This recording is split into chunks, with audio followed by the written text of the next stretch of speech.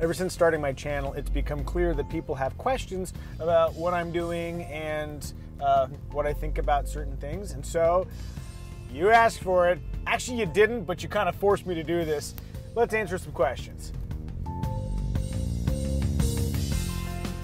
Hey, Micah, should I unsubscribe KBB? No. Please do not unsubscribe to Kelley Blue Book.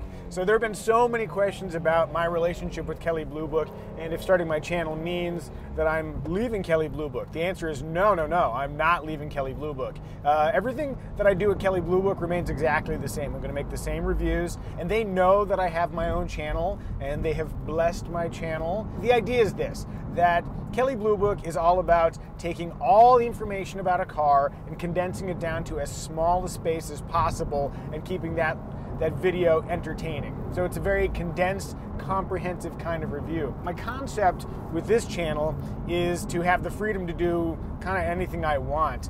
I own a helicopter, I want to do stuff about flying, and I ride motorcycles, and I'd love to do stuff about that. Oh, I also love cars, and I love nice sweeping on-ramps. Hold that thought.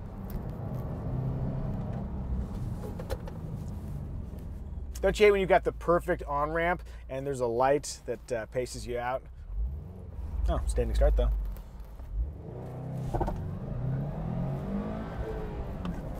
As I was saying, my goal with this channel is to do things a little bit differently than I do at Kelley Blue Book. So at KBB, I script all my own videos, and the idea behind that is so I can be very, very efficient with my words and to be very comprehensive.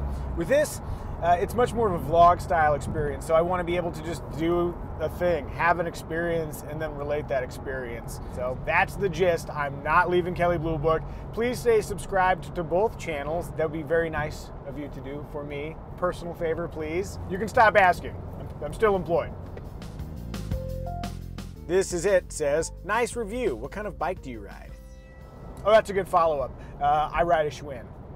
I'm assuming you're talking about the motorcycle. I ride a 2017 Yamaha FZ09, and I think that might actually be a pretty good first foray into motorcycle reviews. I mean, at least on my own channel. I don't think it's changed too much ever since they switched to the MT09 moniker in 2018. So yeah, Yamaha FZ09, it's a standard bike, upright, kind of naked. I actually think it's a really ugly bike, but I bought it because it fit my needs so nicely.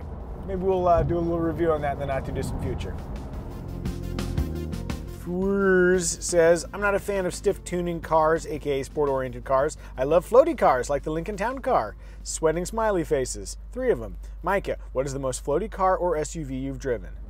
Depending on how you interpret that question, the Ford F-150 Raptor might be the floatiest car I've driven, in as much as when you drive over ruts and whoops and the vehicle is basically gliding along and the wheels are doing this, it's pretty damn floaty. Also, when you brake in a Raptor, the nose will dip down or it'll rise up. There's a lot of movement. The suspension almost disconnects the tire's action from the vehicle, but in a very effective way for what it's made to do. Micah, why is it that automotive journalists bash Kia/Hyundai when it comes to reliability, yet the big 3 German Lux brands get a free pass, and we all know how horrible they are for real people who keep their cars past the 4? I'm just going to stop there. You know, I'm not sure if automotive journalists bash Kia and Hyundai for their reliability, but I think they're more of an unknown. Whereas if you buy a Mercedes, you kind of know what you're getting into, don't you? I also think reliability is a little bit of an issue that the Korean manufacturers understand and have addressed with their excellent 10-year, 100,000-mile powertrain warranty. The kind of move that you make as a car maker if you're trying to reassure people. So they understand that there might be some perception issues, and they're working hard to attend to those. That said, I've driven a lot of cars from Hyundai and Kia, and I've never had any issues. So you won't hear any bashing from me. Except for me bashing this throttle. Yeah. Oh, this is a good one. Jason Larson says, found the video difficult to masturbate to. You know, that's not really a question, but I will address it. You're clearly not trying hard enough. Hey Micah, have you ever been pulled over while filming?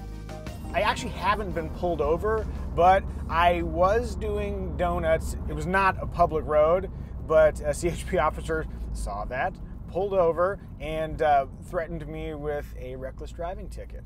And then after cranking up that Micah charm, he let me off with a warning. But that was maybe the diciest moment I've had. Otherwise, honestly, I don't drive that fast on the streets.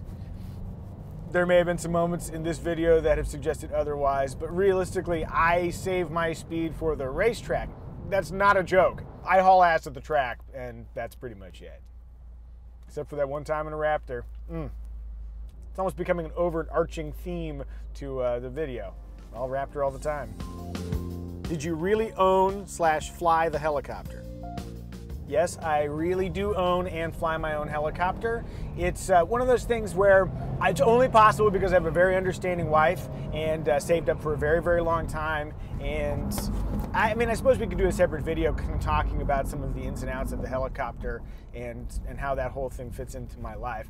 But the short answer is yes. I've always wanted to fly helicopters literally as long as I can remember. And I've been fortunate enough to be able to make that dream come true. Now I will bombard you with videos where I fly the helicopter. If there's something you'd like to see me do in the helicopter, besides crash, let me know.